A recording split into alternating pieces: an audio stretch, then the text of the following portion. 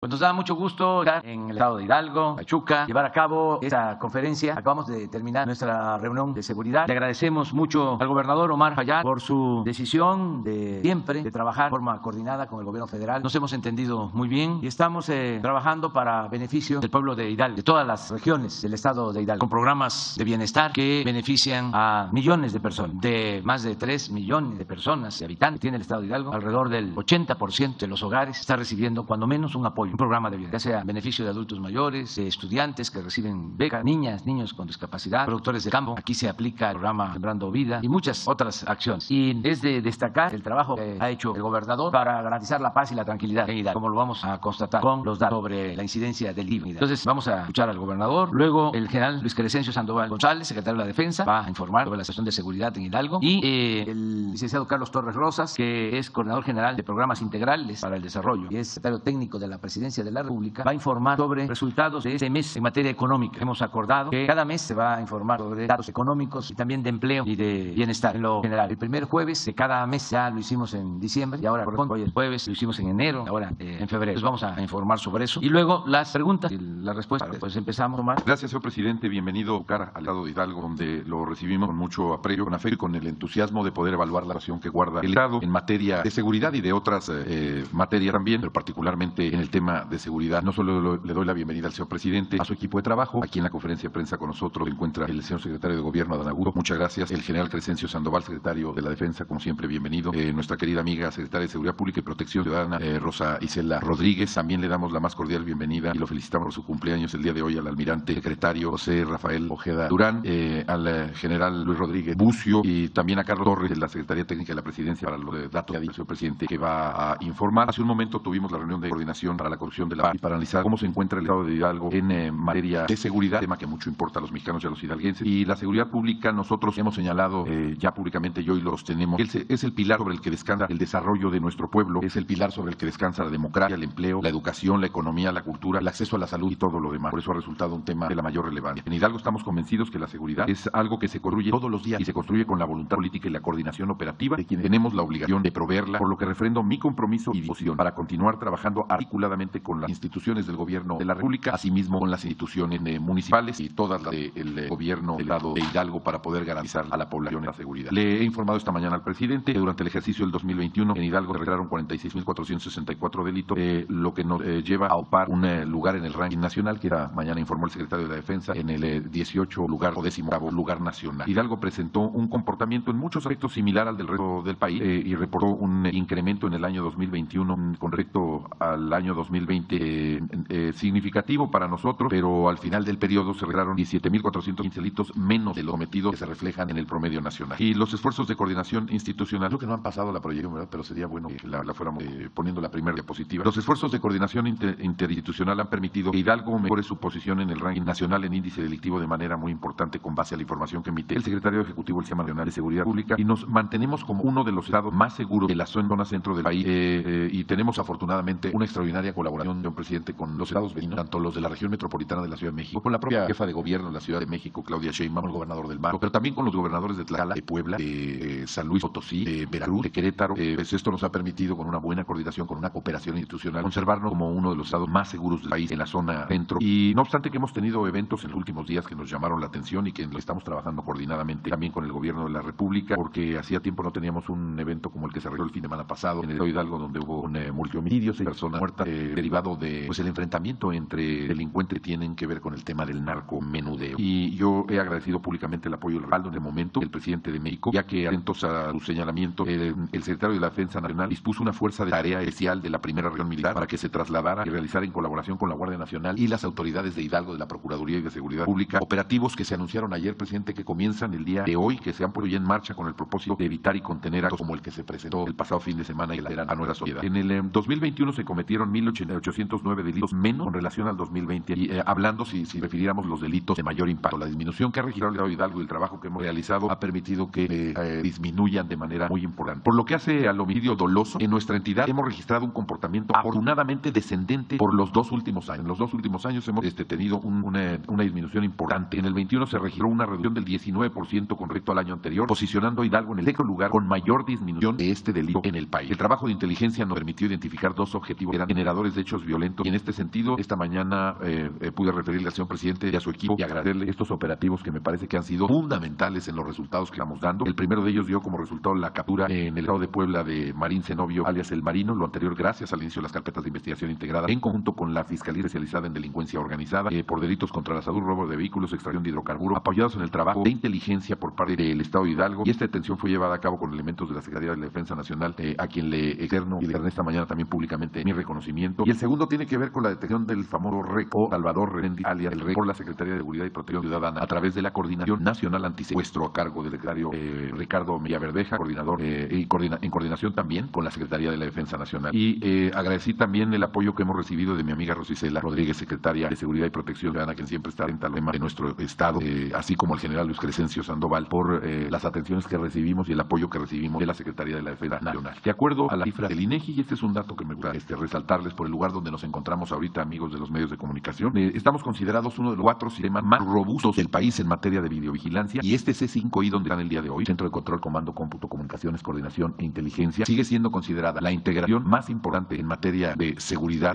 no solamente de nuestro país, sino de América Latina, lo cual nos sigue llenando de orgullo y satisfacción. Y sin embargo, podemos observar que con la puesta en marcha del centro en el 2019, se tiene uno de los desarrollos más eficaces por la disminución y porque ha logrado inhibir la incidencia de algunos de los delitos de alto impacto que afectan gravemente la integridad y el patrimonio de los hidalguenses. El compromiso de mi gobierno con las mujeres es absoluto, prioritario e impostergable, por lo que he instruido a las áreas responsables de atender, prevenir y erradicar y sancionar la violencia contra las mujeres, implantando estrategias conjuntas con el gobierno de la República a fin de garantizar su libre desarrollo. Y en este contexto, durante mi administración hemos logrado una disminución del 14% en contraste con el doloroso escenario que puede prevalecer en otras latitudes del país. Y cabe resaltar que la variación porcentual de víctimas entre el 2020 y el 2021 disminuyó 5% también con base en la información del Secretariado Ejecutivo del Sistema Nacional de Seguridad Pública. Señor presidente, sabemos que en materia de seguridad no puede ni debe de existir la politización ni las acciones unilaterales, porque es una tarea de todas y todos, de todos los órdenes de gobierno, federal, estatal y municipal, pero también de quienes se dedican a actividades empresariales, académicas, pero también se requiere de la participación creciente de la sociedad civil, no suficiente todavía, pero creciente afortunadamente para enfrentar este fenómeno. Hemos desplegado un importante dispositivo conjunto entre las Fuerzas Armadas, las de investigación y las de inteligencia federales y estatales a través de nuestro grupo de inteligencia operativa, este grupo en el que formamos el gobierno de la República y el gobierno de Hidalgo y que ha impactado positivamente en las acciones que realiza. Y la verdad, todo esto, qué bueno que hoy nos anuncia el señor presidente que cada mes va a dar una persona en estas conferencias de prensa informando la situación de la economía, porque esos datos son muy importantes en virtud de que parte de la estrategia para poder enfrentar la violencia y la delincuencia, pues es el trabajo de combate a la pobreza, es las oportunidades de empleo que se generan, es la operación de los programas sociales que tanto se necesitan. Y bueno, con esos datos se va a poder referir a qué se deben los resultados, ya puedan ser positivos o negativos en lo que se refiere a la materia de seguridad. Y por esta situación, yo también les informo que Hidalgo ha sido considerado uno de los 2 estados con mayor avance en el combate a la pobreza, en razón de que hemos logrado que más de 197,000 hidalguenses hayan superado las carencias de los servicios básicos. Y eso tiene que ver con 2 acciones muy importantes: la de los programas del bienestar que encabeza el gobierno de la República y que ha referido que se tienen aquí el señor presidente, y a los programas sociales que coordinadamente también lleva a cabo el gobierno del estado de Hidalgo. Esta coordinación no solo se ha dado en materia de seguridad, sino también en materia de salud. Y hoy Hidalgo ocupa el primer lugar nacional de atención a personas con discapacidad y el segundo en estudios de diagnóstico, preconsulta y de terapia física. Estamos considerados, presidente, también como uno de los estados con las mejores medidas e impacto ante el COVID-19. Estamos considerados dentro de los estados más resilientes para salir adelante de esta crisis. El crecimiento económico, aquí hemos logrado una inversión de más de 64,000 millones de pesos y creado más de 22,000 empleos, y ha sido considerado Hidalgo uno de los destinos turísticos más seguros del país. Hoy también nos consideran primer lugar nacional en asistencia escolar en primaria, el segundo lugar en secundaria y cuarto en bachillerato y profesional. Y afortunadamente todos los niños de preescolar,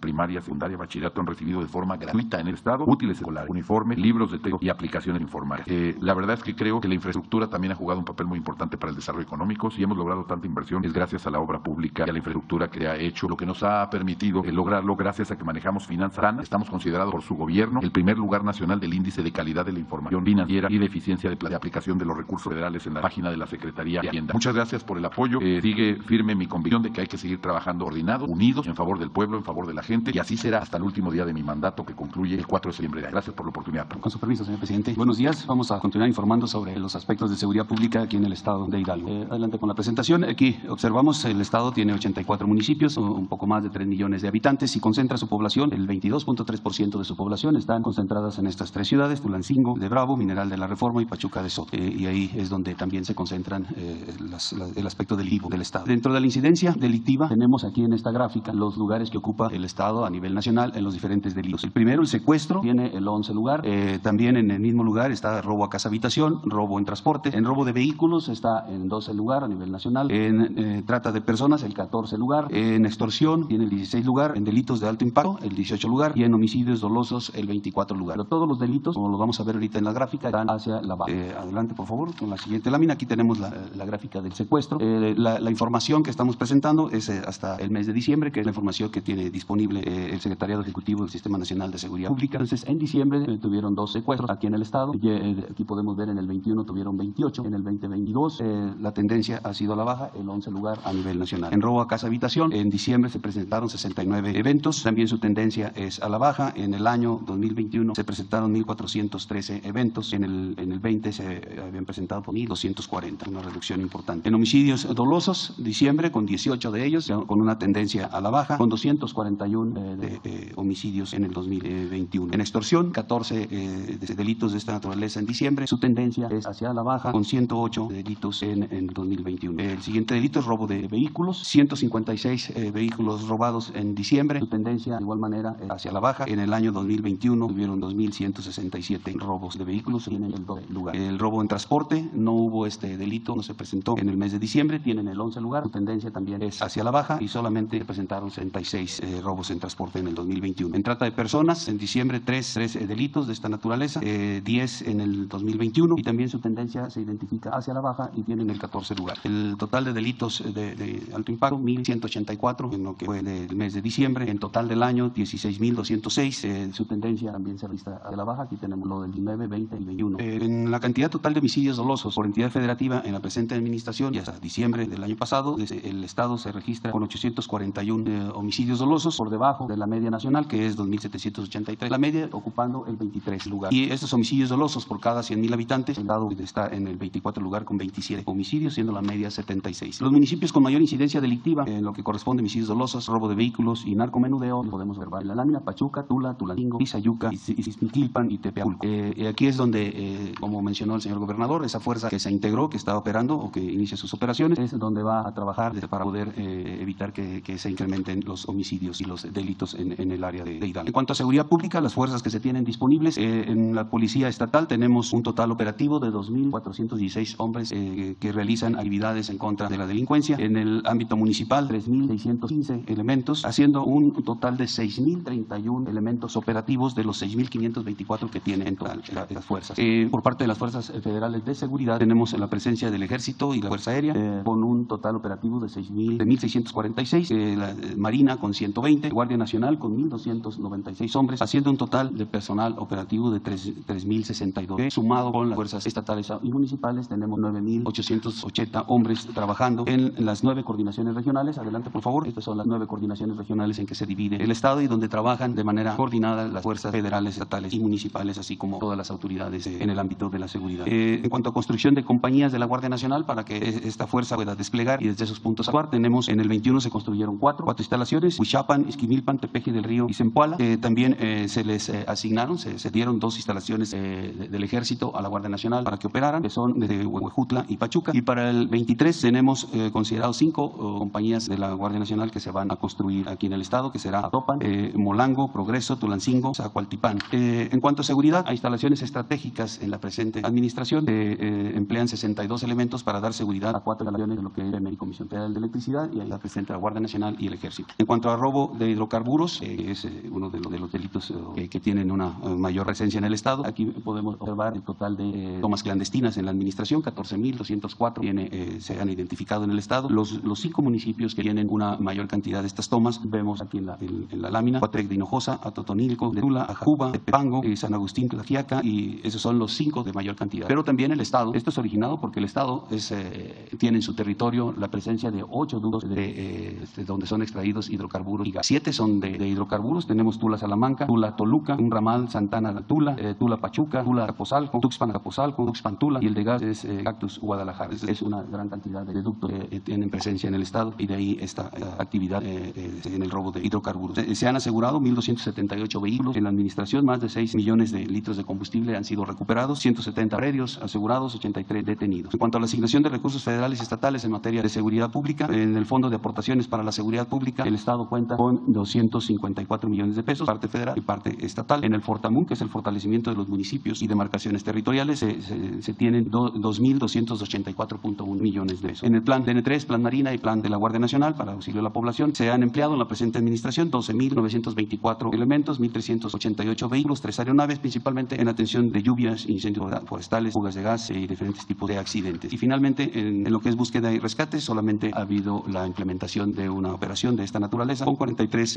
elementos que participaron y habiendo sido asistidas 14 personas. Es todo, señor presidente. Con su permiso, presidente, saludo al gobernador, a la secretaria y a los secretarios. Como ya lo mencionó el señor presidente, el primer jueves de cada mes vamos a estar informando acerca de los principales indicadores socioeconómicos. Siguiente, por favor. Comenzamos con la bolsa de valores. Aquí podemos ver que ha habido un incremento del 23% desde que llegamos al gobierno. El último mes registró una caída que corresponde con las principales bolsas de otros países, pero ya se aprecia el repunte. La siguiente. Aquí podemos ver el tipo de cambio con respecto al dólar desde el inicio de gobierno. Cerramos el mes, el 31 de enero, con 20.64, lo que representa una depreciación del 1.3%. Comparado con otras monedas del mundo, aquí podemos ver el 1.3% de México. Destacar un par de monedas de países latinoamericanos como el peso colombiano, el peso chileno, que oscilan en una depreciación aproximada del 20%. A 37 meses de gobierno podemos comparar el comportamiento del tipo de cambio contra gobiernos anteriores. Aquí podemos ver la cifra de 1.3% que ya mencioné, comparado contra los sexenios anteriores, 40%, 20%, 17%, menos 145%, 34% y en este caso más de 700%. Si vemos el tipo de cambio de cómo recibió cada gobierno y cómo se entregó, podemos ver que de cómo se recibió en este gobierno de 20.37, pues prácticamente no hay depreciación comparado con sexenios anteriores. Aquí podemos ver el precio de la mezcla mexicana de petróleo desde el inicio del gobierno y esto representa un incremento del 56%. Con respecto a la deuda externa, esta se presentó hace un mes ya con el ajuste que se hizo al estimado del Producto Interno Bruto del cierre del año pasado. Cerramos la deuda como porcentaje del PIB en 50.2%. Destacar que la deuda se recibió en 44.9%, hubo una reducción en el primer año que bajó a 44.5% y derivado de la caída del PIB por la crisis del COVID, aumentó a 51%, pero ya se registra una reducción. Y esto lo comparamos contra los sexenios anteriores en términos nominales, cuánto ha aumentado porcentualmente la deuda en billones de pesos. A 3 años la deuda ha aumentado 24% y si lo comparamos con sexenios anteriores tenemos 46.6%, 39.8% y 33.5%. Esta misma cifra de la deuda, la que ya hice mención, comparada con otros países entre 2019 y 2021, para poder comparar cómo hicieron frente otros países a la crisis derivada del COVID. En las barras verdes podemos ver el estimado del 2019, en el 2021, en amarillo el del 2021, en la cifra en rojo cuánto fue el incremento porcentual. Aquí podemos ver que México aumentó 6%, que fue la cifra que ya mencioné anteriormente, y comparado con otros países como Estados Unidos, España, Italia o Japón, en este caso el incremento fue de alrededor de 20%, y también podemos destacar que estos países, la deuda como porcentaje del PIB es mucho más grande que la de México. El promedio de los países del G20 está en 74.5%, como ya lo mencioné, el caso de México está ligeramente arriba de 50% y tenemos algunos países que superan el 100-150%. Con respecto a la inflación, podemos ver que la cifra de diciembre cerró en 7.35%, la cifra de noviembre fue de 7.37%, ya podemos ver cómo se está estabilizando, e inclusive la primera quincena de enero ya registró una disminución, y simplemente destacar con los picos anteriores de diciembre del 2000 con 8.9%, diciembre del 2008 6.5% y del 17 6.77%. En comparación con otros países del mundo, cómo cerró la inflación en diciembre, justamente la cifra que mencionaba de México de 7.35%, Brasil cerró por arriba del 10%, Rusia 8.39%, Chile 7.17%, Estados Unidos 7%, Colombia 5.62%, Reino Unido 5.4%, Alemania 5.3% y Canadá 4.8%. Con respecto al crecimiento del Producto Interno Bruto, la cifra que se publicó en días recientes, que fue de 5% para el 2021, aquí se puede apreciar un histórico desde 1994, cuál fue el crecimiento por año, inclusive las caídas en las crisis anteriores. Comparado con otros países, el crecimiento de México, que ya mencioné, que fue el 5%, podemos ver Estados Unidos con 5.7%, Francia con 7%, España con una cifra igual de 5%, Portugal 4.9%, Corea del Sur 4% y Alemania 2.8%. Con respecto a los puestos de trabajo registrados en el Seguro Social, enero registró arriba de 140,000 de registros, con lo que cerramos en 20,762,000 y de esta manera ya superamos el nivel prepandemia, que era de aproximadamente 20,600,000. Esta fue la misma gráfica que se presentó el día de ayer. Aquí podemos ver cómo enero de este año, con más de 142,000 puestos de trabajo, es el enero con mayor puestos registrados desde que se cuentan con registros del Seguro Social. El salario promedio de esto que ya acabo de presentar sigue aumentando y en diciembre fue de 13,339 pesos mensuales. Aquí se puede apreciar el salario mínimo desde 1988 ajustados a precios de diciembre del 2021. Esto lo hicimos para poder comparar los salarios mínimos de los últimos años. Aquí se puede apreciar cómo prácticamente durante 20 años, lo que está aquí en el centro, no hubo aumento al salario mínimo en términos reales. En años anteriores, inclusive, el poder adquisitivo del salario mínimo se fue perdiendo, y destacar que en los 4 años que van de este gobierno, el poder adquisitivo del salario mínimo ha aumentado en 71%. Con respecto a la compra de la canasta básica, ¿para qué alcanzaba con un salario mínimo cuando llegamos al gobierno y para qué alcanza ahorita? En noviembre del 2018 alcanzaba para 3 kilos de frijol, ahora alcanza para 4.45, alcanzaba para 3.22 kilos de huevo y ahora alcanza para 4.89, y alcanzaba para 6.5 kilogramos de tortilla y ahora alcanza para 9.88. Con respecto a las remesas, el mes anterior presentamos el estimado de cierre que coincidió con el 27%, que ya es el dato oficial. Teníamos un estimado de $4,800 millones para diciembre del 2021 y la cifra fue de $4,760 1.560. De esta manera cerramos el 2021 con una cifra superior a los 50.000 millones de dólares. Fue 51.594, lo que representa un incremento del 27%. Agradecer a nuestros paisanos porque esta cifra sigue aumentando y es verdaderamente destacable. La siguiente. Aquí ya tenemos el estimado de enero, que es 3.973 millones de dólares, lo que representa un incremento del 21% con respecto a enero del año pasado. En la siguiente podemos ver una gráfica. Este es, digamos, el comportamiento mensual por año y se puede ver justamente el incremento del año pasado del 27% que hice mención. Y aquí podemos ver el estimado que tenemos para enero de este año. Misma cifra en totales y aquí podemos ver cómo llegamos a los más de 51.000 millones de dólares. Y en la siguiente, el mismo comportamiento pero mensual desde 1995 a la fecha y se puede apreciar cómo ha ido incrementando. Con respecto a la inversión extranjera directa al tercer trimestre del año pasado, esta es la misma gráfica que ya presentamos hace un mes. No se ha publicado el dato del cierre del año. Aquí destacaría que 2019 y 2021 son dos de los 3 años donde se ha registrado la mayor inversión extranjera directa y se descuenta el 2013 donde se dio la venta de Grupo Modelo. Serían los 2 años con mayor inversión extranjera directa. Con respecto a las reservas internacionales del Banco de México, ha habido un aumento del 16% desde que llegamos al gobierno. Aquí se puede apreciar este pico reciente que tiene que ver con la aportación que hizo el Fondo Monetario Internacional y consecuentemente hizo una venta a Hacienda. Por eso se aprecia, digamos, este cambio, pero destacar que es un incremento del 16% con respecto al inicio del gobierno. Aquí se puede apreciar la cifra de homicidio doloso por año. Ya tenemos las cifras de cierre oficiales del año pasado, que inclusive la secretaria ya presentó una gráfica prácticamente igual. Aquí se puede observar cómo del 2015 al 2018 hubo un aumento porcentual de 2 dígitos, por arriba del 20%, 17%. Durante el primer año de este gobierno hubo un ligero aumento del 2.8%, pero ya son 2 años con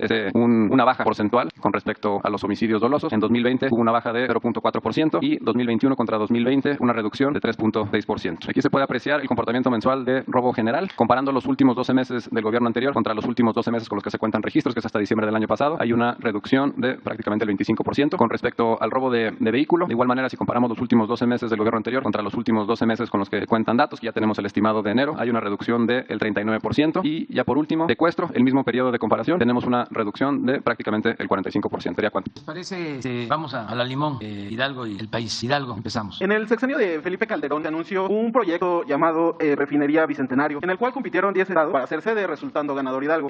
Incluso se adquirió un predio de 700 hectáreas en los municipios de Atitalaya, Tula y Tlahuapan, lo que generó una deuda de 1.500 millones de pesos. Y bueno, sin embargo, ni durante el mandato del presidente Calderón ni del presidente Peña Nieto hubo algún avance al respecto. Entonces yo le quería preguntar acerca de si dentro de su gobierno existe algún proyecto destinado para este terreno. Y también me gustaría preguntarle acerca de su opinión en el conflicto de la CENTE de aquí en Hidalgo, que están exigiendo pago de prestaciones y que pues derivó en interrupción de clases de cerca de un mes. Bueno, ya se conoce la historia de la fallida construcción de la refinería en Tula. La verdad es que desde que se estableció el periodo neoliberal, la política petrolera de México se orientó a vender petróleo crudo y a comprar combustibles. Esto no era así a partir de la expropiación petrolera de 1938 hasta los años 80 del siglo pasado. Producíamos en México todas las gasolinas, todos los petrolíferos. Incluso se desarrolló la petroquímica. Era un ejemplo mundial. A partir del periodo neoliberal se abandonó la refinación de petróleo, la petroquímica, y se dedicaron solo a extraer petróleo crudo y venderlo en el extranjero. Llegó a venderse hasta 3.400.000 barriles diarios de petróleo. Pero esto nos llevó a una dependencia en gasolina, diésel y otros productos derivados del petróleo. A grado que están comprando pues como 400.000 barriles diarios de gasolina. Compra, teniendo nosotros la materia prima. Es como si vendiéramos naranja y compráramos jugo de naranja. En eso consistió durante mucho tiempo la política petrolera. Por esa razón, desde hace 40 años no se construía una nueva refinería. La última refinería que se construyó fue la de Salina Cruz, Oaxaca, 1980-82. Ahora hemos cambiado ya la política. Estamos en un viraje. De nuevo queremos producir en México lo que consumimos de gasolina. Y por eso están rehabilitando las 6 refinerías que se tienen. Estaban abandonadas. Ya estaban vendiendo incluso plantas al interior de las refinerías. Nada más que afortunadamente no les dio tiempo y no pudieron entregar las refinerías. Ahora en Tula se está reiniciando una coquizadora con una inversión de 2.500 millones de dólares en Tula, que se había quedado inconclusa. La comenzaron el sexenio pasado. Aquí en Hidalgo seguramente se acuerdan de que los grandes tanques para esa coquizadora se llevaron a quitar puentes para trasladar ese equipo. Pero como hubo corrupción, tuvo que ver con Odebrecht, la empresa brasileña Odebrecht. Se detuvo y hasta ahora se está resolviendo y ya se está trabajando. Esto va a permitir tener alrededor de 30.000 barriles de gasolinas adicional y va a ayudar mucho también a que no se tenga tanto combustible y a reducir la contaminación en Tula, en esta región, está muy afectada al medio ambiente. Bueno, por eso también se compró la refinería de Deer Park en Houston, $600 millones. Esta refinería se hizo durante el gobierno de Salinas y fue una sociedad, Pemex y Shell, nada más que una sociedad muy peculiar porque Shell se quedó con el 50.1% de las acciones y Pemex con el 49.9%. Esto significó de que la administración siempre tuvo mano de Shell y nunca tuvieron utilidad, muy poca utilidad para Pemex, porque todo se reinvertía. Cuando viene la crisis precipitada por la pandemia, Shell pone en venta varias refinerías. Esta no, entonces les ofrecimos comprarle sus acciones de esa refinería. Afortunadamente aceptaron, se comportaron muy bien en todo el proceso y ya es de México esa refinería. Ya se pagó, se contó con la autorización del gobierno de Estados Unidos porque la refinería está en Houston. Se requiere para comprar una empresa en Estados Unidos una autorización del Tesoro, del Departamento de Estado y de la Secretaría de Energía. Las tres instituciones aprobaron y se lo agradecemos mucho al gobierno de Estados Unidos. Y ya estamos avanzando mucho en la construcción de la nueva refinería de Dos Bocas, la refinería Olmeca, que vamos a inaugurar en julio. De modo que ya vamos a tener capacidad para refinar el petróleo crudo que se extrae del país y ya no vamos a comprar las gasolinas. Esto nos va a ayudar mucho porque nos ahorramos flete, entre otras cosas. Tiene que ver también con nuestra independencia, nuestra soberanía, el que no nos falten los combustibles y mantener sin aumento el precio de los combustibles, que no haya gasolinas. La refinería esta frustrada de Tula pues no se construyó porque no era esa la idea y pues se compró el terreno, se hizo creo que la barda, sí se ejerció un presupuesto. Entonces ahora, qué bien que pregunta, estamos estableciendo comunicación con el gobierno de Hidalgo porque queremos que ahí esté un gran hospital para la atención de todo el compromiso con su seguro social, no solo para derecho a bienes, sino para población abierta, lo que se conoce como IMSS Bienestar. Entonces se va a utilizar ese terreno. Ya fue a verlo el director del Seguro Social, que le va a dar uso en beneficio de la población a ese terreno. Eso es lo que puedo comentarte. La otra pregunta. Sí, la otra pregunta era relativa acerca de este conflicto del CENTE en Hidalgo, en el que están exigiendo pago de prestaciones, como el caso de bono de fin de año a jubilados y el aguinaldo a personal homologado. Y pues derivado de ellos, interrumpieron las clases del 3 de enero hasta el 28, me parece. Y pues actualmente ellos están comentando que están trabajando bajo protesta. Pues ya están interviniendo. A ver, secretario. Se ha estado atendiendo el conflicto de los profesores. Hemos estado en contacto con el señor gobernador. Él ha hecho una solicitud de recursos a través del mecanismo U080 y U06, si mal no recuerdo. Se está revisando en las áreas de Secretaría de Hacienda esa solicitud de recursos que serían extraordinarios. Se atendió porque el gobierno federal ha cumplido en tiempo y forma en términos de los convenios con la depositar o entregar la parte que nos corresponde de aportación federal. Ellos han aportado su parte, la parte estatal, y adicionalmente a ello el año pasado, a finales de año, se le apoyó más o menos con 246 millones de pesos de manera extraordinaria, de tal manera que seguramente va a tomar todavía unos días, pues estamos revisando cada uno de los capítulos de prestaciones y ver la disponibilidad de poder modificar el convenio y que ellos reciban esos recursos para cubrir con esos bonos de fin de año. Para México, y luego, bueno, después de Hidalgo, y todo Hidalgo es México, y que viva Hidalgo. Buenos días, señor presidente, buenos días, gobernador, secretario, secretaria, buenos días a todos y a todos. Llegó el Cedillo, Tabasco hoy, Campeche hoy, Quintana Roo y Diario Baza de Grupo Cantón. Señor presidente, el día de ayer la Suprema Corte de Justicia de la Nación emitió un fallo en el cual pedía al INE llevar a cabo la revocación de mandato. Sin embargo, presidente, en este fallo, pues sí le pide que lo haga dentro de la manera de sus posibilidades ante la situación de los recursos que prevalece en el INE. Derivado de las reuniones que se tuvo con el Poder Legislativo la semana pasada por parte del secretario de Gobernación, en el cual se pedía impulsar la revocación de mandato, presidente, yo le preguntaría, si el INE demostrara que no es eficiente en poder llevar a cabo la revocación de mandato, cumpliendo con todos los derechos de los ciudadanos, esta reforma electoral que se va a proponer sería,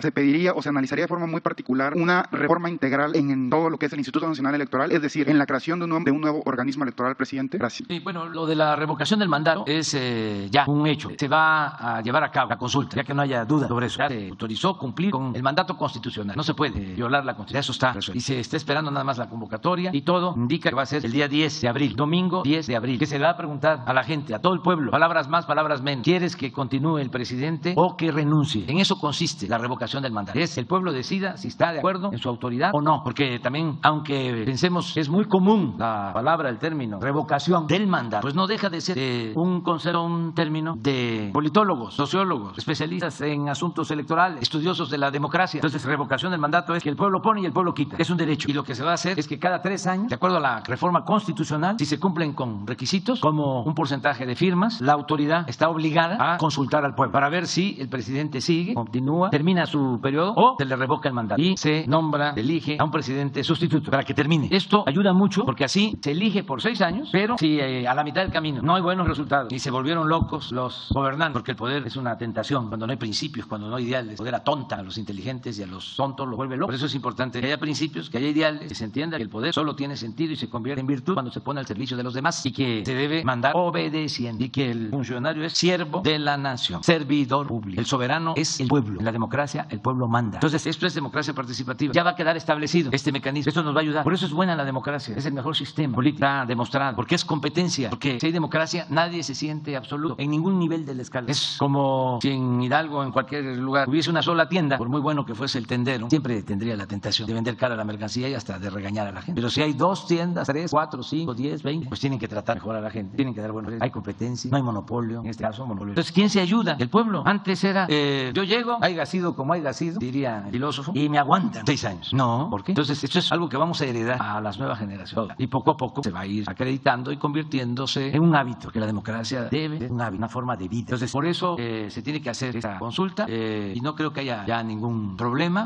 y qué bien que a pesar del debate que hubo, que puede seguir habiendo, ya va a salir de la consulta. Claro, presidente. Y por último, ayer se llevó a cabo la detención del secretario de Seguridad Pública de Aguascalientes, personaje que está vinculado al exsecretario de Seguridad Pública del gobierno de Felipe Calderón, Genaro García Luna. Presidente, con base en esto, precisamente ayer, igual en la Cámara de Diputados, antier, una diputada, Andrea Chávez, hizo un discurso que ha trascendido mucho en redes sociales, demandando justicia ante la masacre de estudiantes que se vivió hace 12 años, hace como 12 años en Ciudad Juárez. Presidente, yo le preguntaría muy puntual ante esta detención del secretario de Seguridad Pública en Aguascalientes, primero, si su gobierno podría generar o crear algún órgano para buscar justicia ante este crimen de Estado que fue el asesinato, bueno, esta masacre a los estudiantes. Y, presidente, si le haría un llamado al expresidente Felipe Calderón a aclarar esta situación, porque esta masacre ocurrió en su gobierno. Y en ese entonces el expresidente Calderón se encontraba en Japón y su comentario fue muy puntual. Él nada más dijo que los estudiantes estaban vinculados a cierto sector del crimen organizado, desvalorizó los hechos que ocurrieron y se podría decir en términos coloquiales que se lavó las manos. En consecuencia, presidente, usted le haría un llamado al presidente Calderón a aclarar esta situación y en caso de no ser así, ¿se podría buscar algún método para buscar justicia ante el crimen que ocurrió hace muchos años, presidente? Gracias. Pues yo lo que considero que estos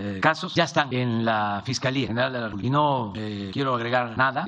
Siento que corresponde a la Fiscalía hacer las investigaciones con mucho apego a la legalidad, no inventar delitos, no fabricar delitos a nadie y al mismo tiempo que no haya impunidad para nadie, que todos tengamos confianza en las autoridades, que no se politicen los asuntos y que al mismo tiempo no haya protección para nadie. Ayer hubo esta detención, me llamó la atención y lo celebro, no profundicé, pero la declaración del gobernador de Aguascalientes, siendo que ellos estaban de acuerdo en que se investigara, el propio gobernador, eso pues es de destacarse. Por lo general o se quedan callados o defienden, y en este caso es que se aplique la ley, que investigue y decida si hay o no responsabilidad. Eso es lo que considero. Hidalgo. Muy buenos días, muchas gracias. Buenos días a todos y a todas. Soy Octavio Jaimes de antítesis.com.mx y me gustaría preguntarle, señor presidente, mire, hace apenas unos días en Real del Monte, el alcalde periodista Alejandro Sierra Tello acudió a una manifestación que se hacía para promover el cuidado a los animales callejeros, entre otras cuestiones, y llegó para oprimir esta manifestación con golpes, acompañado de presuntos funcionarios públicos de su ayuntamiento, entre otras cosas. Sin embargo, lo que destacó aquí, además del evidente maltrato del que hay pruebas en videos que circularon por redes sociales, entre otras cuestiones, pues también destacó que hubo agresiones en contra de la prensa y de algunos periodistas locales. Le comento esto porque mi pregunta va en rigor de lo siguiente: ¿cómo va esta mejora que se anunció la semana anterior, si no me equivoco, a los mecanismos de protección a periodistas? En Hidalgo llevamos desde el 2018 sin un titular de la Fiscalía de Protección a Periodistas y Defensores de los Derechos Humanos. De hecho, desde que se abrió ese apartado de la Fiscalía aquí estatal, pues hubo bastantes inconformidades porque el titular no era una persona especializada en temas periodísticos y sucede lo mismo ahora, que a pesar de que aunque no hay titular todavía de esa Fiscalía, pues tampoco se le asignó presupuesto para este año a esa división que se especializa en la protección a periodistas. Entonces, pues mi pregunta sería esa, que cómo se va a llevar a cabo esa mejora a los mecanismos de protección para periodistas y además si desde su gobierno se van a implementar algunos sistemas o mecanismos para poder no solo combatir y proteger la vida a los comunicadores, sino también garantizar pues un buen manejo de las condiciones laborales de muchos de nosotros, porque la gran mayoría, o al menos así sucede, al interior de los municipios o en provincias o en ciudades pequeñas, hay periodistas que no cuentan con prestaciones laborales, tienen un sueldo muy bajo, además tienen que comprar su propio equipo para poder trabajar, andar en la calle, no se les pagan viáticos y eso también es violencia laboral. Entonces, esa sería mi primera pregunta, por favor. Pues tenemos la obligación de proteger a todos los ciudadanos y a periodistas que son amenazados y desgraciadamente pierden la vida al estar llevando a cabo su trabajo, su oficio. Estamos trabajando en eso, nos duelen mucho los casos de pérdida de vida de periodistas y estamos investigando recientemente lo de Baja California, lo de Tijuana. Estamos en la investigación, cero impunidad. Todos los días estamos tratando estos en el Gabinete de Seguridad y se está mejorando el sistema de protección federal y lo vamos a seguir haciendo. No sé si esté aquí Ricardo Mejía, pero tú puedes informar sobre hechos recientes. Me gustaría que se informara sobre Quintana Roo y otros casos, por favor. Y me está aprovechando que va a intervenir la secretaria, más o menos por qué fecha o en qué momento podría usted presentarnos un adelanto de esas mejoras o de esa optimización que se le va a hacer a los sistemas de protección a periodistas. Gracias. Y con su permiso, señor presidente, y esperando que el subsecretario se acerque aquí para más detalles sobre los hechos últimos en Quintana Roo que se refiere el señor presidente. Primero decir que efectivamente, como parte de la Estrategia Nacional de Seguridad Pública y la política de cero impunidad del Gobierno de México y por instrucciones del presidente Andrés Manuel López Obrador, se han constituido equipos multidisciplinarios de apoyo a investigación en casos de alto impacto, siempre en apoyo a las fiscalías de los estados y también a la Fiscalía General de la República. En aquellos casos donde son hechos relevantes, llega el equipo. De esta manera, personal especializado de la Secretaría de la Defensa Nacional, la Secretaría de Marina, la Guardia Nacional, de la Coordinación Nacional de Inteligencia, de la Coordinación Nacional de Antisecuestros, han avanzado en los trabajos de judicialización, de tener evidencia sobre ese tipo de casos, apoyando siempre la labor del Ministerio Público para esclarecerlos totalmente. En los casos de periodistas hay avances importantes, judicializaciones, detenciones y líneas de investigación que, por respeto al debido proceso y a la secrecía, no no ahondaremos al respecto el día de hoy. Pero los avances son muy importantes y muy sólidos. Es un trabajo en conjunto, no es solamente un área. Esto en lo relativo a la cuestión de los periodistas. Sobre el tema del mecanismo, nosotros esperamos que en muy breve tiempo se pueda dar informe paso por paso de cuáles han sido los cambios relativos al mecanismo. No es solamente la subsecretaría de Derechos Humanos del subsecretario Encinas quien tiene a su cargo el mecanismo, el personal, una área en especial, sino que está integrada por varias dependencias en donde está la Secretaría de Seguridad y Protección Ciudadana. Pero sí hay todo un programa que tiene que ver con la revisión paso a paso, con un conjunto de periodistas y de defensores de derechos humanos que están bajo la protección del propio mecanismo. Sí, el mismo ACEDA reconoce que hacen falta algunos cambios. Otras que han dado muy buenos resultados, por ejemplo, el caso del periodista de Quintana Roo, que estaba bajo el mecanismo y que por fortuna y gracias a eso pudo salvar su vida. Pero hacen falta cambios y él lo hace. Ahora le quiero dar la palabra al subsecretario Ricardo Mejía, sobre todo en lo relativo a los hechos y los detalles que se han podido esclarecer con relación a el estado de Quintana Roo. En todos los casos se han tenido buenos resultados y se han esclarecido los relacionados con varios municipios de esta entidad. Adelante. Con su permiso, señor presidente, secretaria Rosa Isela, secretarios, efectivamente la política de cero impunidad que nos ha instruido el señor presidente ha propiciado que se integren grupos de apoyo donde participa la Secretaría de la Defensa Nacional, la Secretaría de la Marina, el Centro Nacional de Inteligencia, la Guardia Nacional y la Coordinación Nacional Antisecuestros de la Secretaría de Seguridad y Protección Ciudadana, y hemos estado muy cerca de las fiscalías locales y cuando la materia lo demanda también con la Fiscalía General de la República para estos casos que han demandado una atención inmediata, como son los casos recientes en Quintana Roo y en Baja California. En el caso de Quintana Roo, comentar que hemos estado prácticamente trabajo día con día con la Fiscalía General de Justicia del Estado y en los hechos recientes de Xcaret las investigaciones van muy avanzadas. Hay 2 personas detenidas vinculados a proceso por la participación en el homicidio de 2 personas de nacionalidad canadiense y están claramente identificados quienes participaron en la logística y en la autoría material de los hechos de ese lugar. Eso es cuestión de muy poco tiempo donde podrán haber estas aprehensiones, pero evidentemente este es un caso que no se permitirá la impunidad. También en el caso de un centro de playa muy conocido en Solidaridad, Playa del Carmen, también ya hay detenciones, están identificados los perpetradores, toda la red que participó en estos hechos y también esperamos muy pronto resultados, quedando muy claro que el que la hace la paga, el que comete este tipo de eventos. Hay todo un esfuerzo interinstitucional de la Federación y los estados para poder generar las detenciones y el encauzamiento penal para que no haya impunidad. En el caso de Baja California, la instrucción del señor presidente fue de manera inmediata que se constituyera un equipo de trabajo en Tijuana. Tuvimos reunión en la Fiscalía General de Justicia del Estado, donde se pudo, cuidando la secrecía, el debido proceso y toda la parte legal y constitucional, sí se pudo revisar estos casos y podemos decirles que en ambos casos, en el de Margarito Martínez y Lourdes Maldonado, hay avances muy importantes, tanto del modus operandi, tanto de la mecánica de los hechos, y se han venido recuperando indicios y se han hecho todas las indagatorias técnicas y jurídicas necesarias para poder ya judicializar estos casos. Se espera que en muy poco tiempo se puedan ya generar las primeras órdenes de aprehensión. Evidentemente, por la naturaleza y el impacto de estos hechos, pues no se quiere también advertir a quienes cometieron esos eventos criminales. Pero sí quiero decirles, como aquí lo dijo el presidente, que es un tema que cotidianamente nos señala, nos pide cuentas, igual la secretaria Rosa Isela Rodríguez, todo el gabinete, y estamos abocados bajo la política de cero impunidad ante estos hechos. ¿Cuánto, presidente? Precisamente hubo otro evento en Isla Mujeres sobre un periodista, compañero Netzahualcóyotl Cordero, director del portal policíaco y político CG Noticias. Él fue agredido en su domicilio el pasado 1 de febrero. Le presentaron 2 sujetos, uno de ellos incluso quiso llevar el arma, pero lo pudieron, el propio Netzahualcóyotl, auxiliado por vecinos, lo pudieron someter. Llegó el auxilio de la Guardia Nacional y de la Policía Estatal. Afortunadamente no sufrió ningún daño físico Netzahualcóyotl y se pudo ya detener a uno de los 2 perpetradores. Señalar que Netzahualcóyotl sí oportunamente se inscribió en el programa, en el mecanismo de protección a personas periodistas y defensoras de derechos humanos. Ya él había tenido relación de alguna amenaza, se le recomendó si él quería que se le apoyara a salir de su lugar, se tenía todo el apoyo, pero él quiso mantenerse. Sin embargo, cuando se presentaron estos hechos, se pudo activar un botón de pánico que él tenía y se pudo brindar un auxilio pronto y oportuno. El subsecretario Encinas ha estado muy pendiente del tema y no podemos revelar más datos, pero él está bien, con su familia, está resguardado. Y por otro lado, estamos muy en contacto con la Fiscalía General de Justicia del Estado también para encauzar penalmente. Ya hay un detenido que será seguramente vinculado a proceso penal y vamos por el otro sujeto que intervino en los hechos.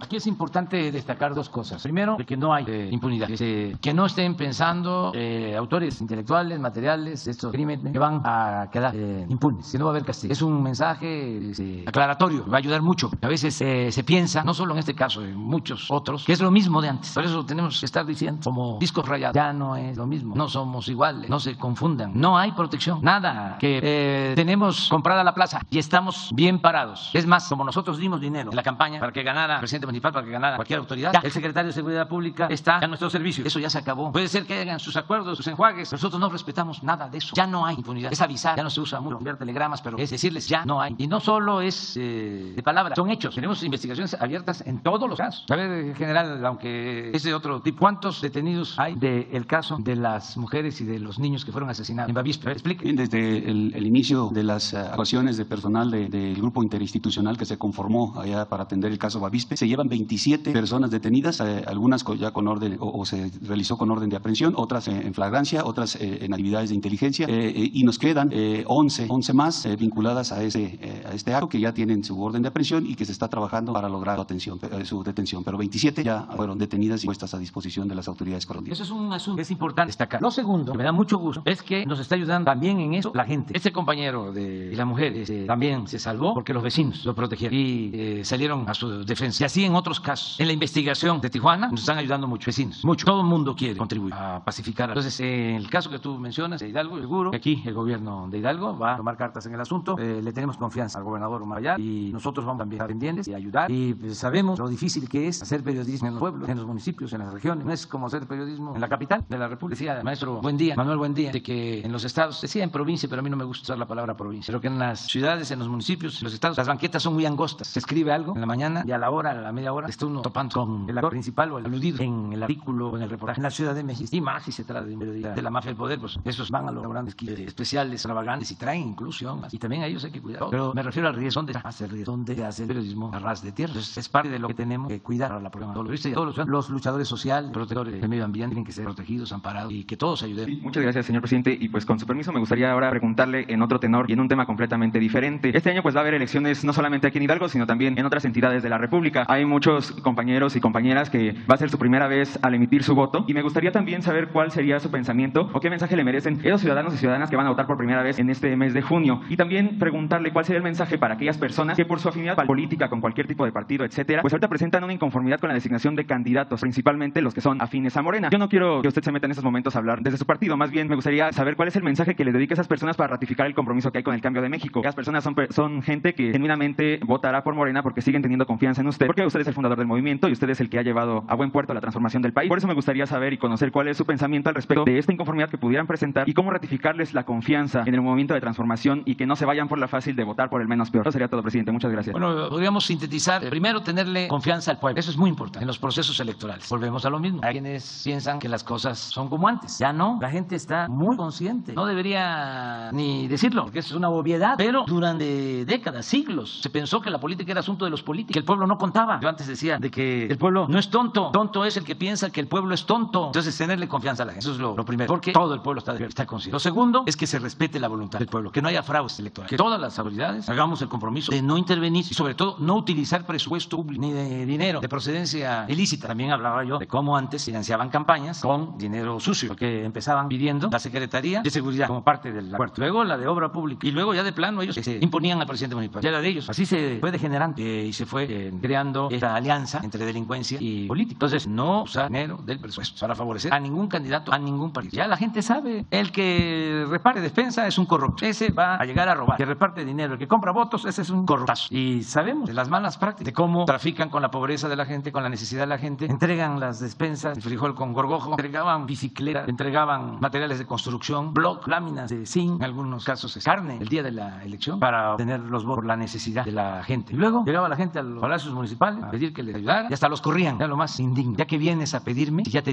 dimos. Y esto en las zonas más pobres del país en general. Entonces eso, evitarlo. Por eso yo admiro tanto a Francisco I. Madero, apóstol de la democracia. Hay constancia de cómo él lucha contra de la dictadura porfirista, ¿no? Antidemocrática. Por eso el sufragio efectivo, voto efectivo, que efectivamente el pueblo elija libremente a sus autoridades. Y luego cuando llega a presidente, le escribía a los gobernadores para recomendarles que garantizaran que el voto fuese libre. Y aquí hay una carta de presidente Madero en una elección de Hidalgo. A ver si la conseguimos o un fragmento. Está en mi libro, se llama El neoporfirismo. Habla del presidente Madero, es el último capítulo de los últimos. Es que es interesante porque no ha habido presidentes. A veces hasta, y ahí vienen las cartas, se le veía como ingenuo. Imagínense, cuando empieza el porfiriado allá en 1870, cuando empiezan a rebelarse, primero en contra del presidente Juárez, se rebeló Porfirio con el plan de la Noria, lo acusaba de reelección. Y luego fallece el presidente Juárez y Porfirio se rebela con el plan de Tuxtepec en contra del presidente, le también acusando de la reelección. Y lo tumba por la fuerza. Llega con la bandera de la no reelección, 1870, y se queda hasta 1911. entonces que llegó con la no reelección, 34 años. Bueno, cuando empieza el porfiriato, había un gobernador, un hombre fuerte, porfirista, Jerónimo Treviño, de Nuevo León, pero cuando sube Porfirio empieza a limpiar y a todos los caudillos regionales los hace a un lado, va apartando, y a García de la Cadena, que era un hombre fuerte, Zacatecas, asesinan a Corona, que era el hombre fuerte de Jalisco, y entonces el Jerónimo Treviño le hace a un lado y manda a Porfirio como hombre fuerte a Nuevo León a Bernardo Reyes, y se convierte Bernardo Reyes en el procónsul del norte, el hombre fuerte. Pero ya al final del porfiriato pues se enfrentan Porfirio con Bernardo Reyes, porque Bernardo Reyes quería ser vicepresidente, ya calculando de que Porfirio no iba a terminar su último mandato, porque ya tenía pues 80 años, murió a los 85. Entonces que el vicepresidente llega, pero Porfirio dice no a Bernardo y impulsa a Ramón Corral, y ahí se viene la lucha. Entonces Porfirio cambia a Bernardo Reyes, lo quita después de estar 20 años dominando Nuevo León. ¿Y a quién creen que manda de sustituto? Al que había quitado 25 años atrás, a Jerónimo Treviño, que estaba también como de 80, de 90 años. Viene la revolución, triunfa Madero, y en una de las elecciones le envía una carta a Madero, a Jerónimo Treviño, diciéndole cuide por favor que se respete el voto. Como algo ingenuo, Madero era un auténtico demócrata, se adelantó completamente de su tiempo. Todos estos personajes estaban acostumbrados a la imposición, a imponer todo. Entonces hay algo ahí de un pueblo, no sé si lo encontraron, no, pues ya, de Hidalgo, de unas elecciones en Hidalgo, en donde Madero le recomienda al gobernador de Hidalgo de que se respete el voto y que se garantice. Y le dice, nosotros luchamos por eso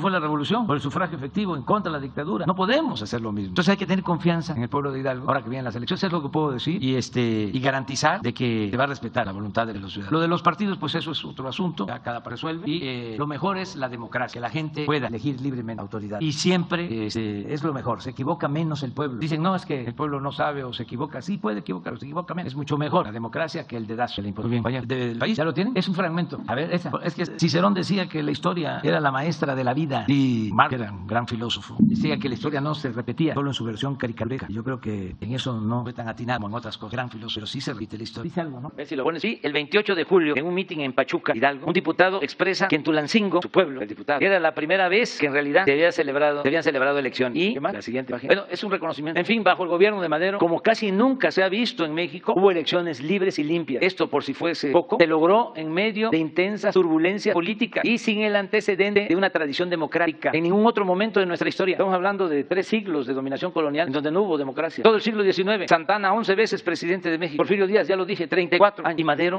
garantizó la democracia. Es decir, quedó de manifiesto, y ese es el principal legado de Madero, que con solo la voluntad del presidente es posible hacer valer el sufragio efectivo y convertir en realidad un sistema de gobierno representativo popular y verdaderamente democrático. Por eso Madero ha sido único. ¿O acaso sabemos de otro presidente en la historia de México que haya escrito a los gobernadores para recomendarles que se abstengan de manipular el voto y garanticen con equidad la libre decisión de los ciudadanos? Yo admiro, siento que hay 3 grandes presidentes que todavía gobiernan con su ejemplo: el presidente Juárez, Madero y el presidente Cárdenas. Pero el presidente Juárez encarna el patriotismo, el presidente Cárdenas es amor al pueblo, y Madero es democracia, porque además no le tenía mucho cariño al poder, no tenía demasiado apego al poder. Eso es importante, el que se piense tengo que quedarme más tiempo porque soy insustituible. Uno de los errores de los últimos gobiernos de izquierda progresistas en América Latina, pues pensar que no alcanzaba el tiempo, y sí, en efecto, el tiempo es corto y que por eso hace falta más para poder consolidar una obra de transformación, pero no a la religión. Eso es una enseñanza mayor. No, para que alcance el tiempo lo que hay que hacer es trabajar más, no trabajar 8 horas, trabajar 16 horas, y así se alcanza. Y el gobernador de Hidalgo trabaja bastante. Por eso ya se va a ir en septiembre y con buenos resultados, va a entregar buenas cuentas. Lo de seguridad que acabamos de ver es algo importante. A veces se olvida, ¿no?, la importancia de vivir en paz, y se ve como cualquier cosa, pero el lograr que no haya homicidios, el lograr que no haya secuestros, el lograr de que no haya robos, el que haya paz, que haya tranquilidad, es algo muy importante, muy importante. Hay estados en el país que tienen tasas de crecimiento económico altísimas, no tienen seguridad. Estados con muchísimos homicidios, a pesar de que llega inversión extranjera y hay plantas automotrices y hay empleo, pero no hay seguridad. Por eso lo ideal es que haya progreso con justicia y con paz. Y aquí se va. A ver, vamos. Gracias, presidente. Pedro Domínguez, de Milenio. Preguntarle cómo va la negociación entre el gobierno federal y la empresa que está explotando un banco de materiales en Playa del Carmen, que ha comentado en días pasados. Le pregunto esto porque un equipo de Milenio hizo un recorrido por la zona y esta empresa continúa trabajando a pesar de que usted había comentado que ya se había terminado la concesión de 20 años que tenían para la explotación de esa zona. Le preguntarle cómo va la negociación o por qué siguen operando o cuándo se le va a impedir que se siga explotando esa parte de la Riviera Maya. Ayer tuvimos precisamente una reunión con la secretaria de Medio Ambiente y participó en esa reunión el embajador Esteban Moctezuma. Pedimos que viniera a informarnos porque él está comisionado para hablar con los dueños de la empresa y ya se hizo un planteamiento para llegar a un arreglo. Ellos van a tener un consejo de empresa. Entiendo que el gerente va a dar a conocer a los accionistas cuál es nuestra propuesta y también estamos definiendo un plazo que significa un un mes, o sea que en marzo, ya sabemos, ellos tienen alrededor de 4,200 hectáreas y recibieron 4 concesiones en distintos momentos. Entonces, ¿no tienes el video de la planta del banco? Sí, y a lo mejor nos está viendo María Luisa, no los manda. Y yo lo tengo, Daniel, para que se den cuenta de cómo está. Son 3 predios, están explotando abiertamente uno, que es el que refiere, 2 están detenidos y tienen otro predio, una concesión de un muelle para sacar el material. Estos permisos los entregaron, el de ese predio que están explotando, lo entregaron antes del 2000. Y fíjense cómo era este asunto, cómo eran las cosas. No le pusieron ni siquiera un límite a la concesión, porque en otros casos, bueno, concesionaron el puerto de Veracruz en el tiempo de Salinas, 100 años, un siglo. Pero acá ni siquiera hay fecha. Claro que hay violaciones, pues a esos están destruyendo el medio ambiente. Nosotros 2 predios sí es un plazo que ya se venció, porque entregaron los permisos el último día del gobierno de Cedillo, a finales del 2000. Y son permisos a 20 años, que ya. Pero en ese tiempo, antes de que terminaran, en el 16, presentaron denuncias internacionales. Quieren que se les pague $1,100 millones. Aparte, parecen como ofendidos. Bueno, pues aquí está. Eso que mencionó, cómo quedó la belleza de que extraen material y lo que queda, miren el azul turquesa, esta es la pero ahorita para la puede ver, esta es la costa. Ahorita nos vamos, ahorita lo van a ver a 1,000 metros. El paraíso, esa es la zona más bella, de Quintana Roo, Playa del Carmen. Entonces, sí, este terreno de junto y el otro, que tiene selva incluso, son los que están parados, y lo siguen explotando. Y tienen material también en el muelle. A ver si no tienen el muelle ahí. Pero esta es la destrucción. ¿Y el plazo que están dando para marzo, para qué sería, presidente? ¿Para llegar a un acuerdo? Para que ya dejen la propuesta es, además, porque no tenemos nada que ocultar. Aquí están los 3. Esta rosita, bueno, pero ese es el primero, el que les digo que no tiene límite. Se lo entregaron antes del 2000. Miren, vean allá cómo se fue degradando. Todo este material, como un banco de material de construcción, de grava, se lo llevan a Estados Unidos, porque es una empresa que se dedica a construir carreteras. Muy grande la empresa. Allá además tienen la concesión de un muelle. En total son alrededor de 4,200 hectáreas. Entonces, ¿cuál es el planteamiento? Ya no se va a permitir nada de extracción, nada. Y que ofrecemos darles facilidades para que utilicen los terrenos en un proyecto turístico, respetando las normas de uso de suelo. Es decir, no se trata de construir 20,000 cuartos hoteles, sino los que, conformidad con la norma, puedan realizar. Esa es la propuesta. Y desde luego que quiten las demandas. Y si no, pues vamos a defendernos legalmente, como está haciendo, y se va a proceder porque no tienen autorización. Tienen vencido permiso y no tienen tampoco autorización para sacar material. El gobierno federal tiene que autorizar en este caso, exportación. ¿Lo puedes explicar? Pues ya que estamos.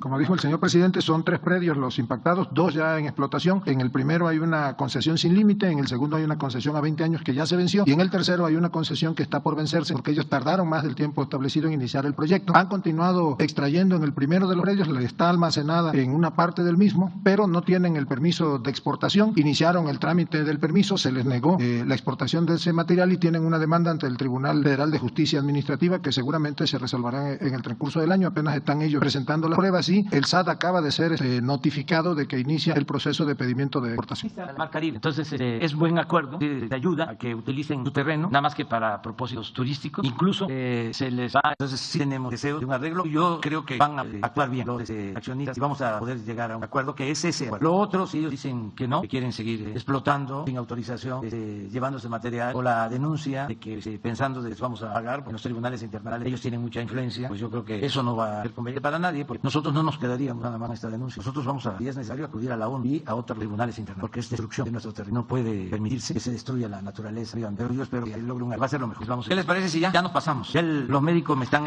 apretando. ¿Cómo? Claro, no hay partes mejores, con todo respeto. Pueden haber gorditas muy ricas en otras partes, tamales, ¿no? Chanchamitos. Pero los pastes sí, ahí sí. Buen provecho.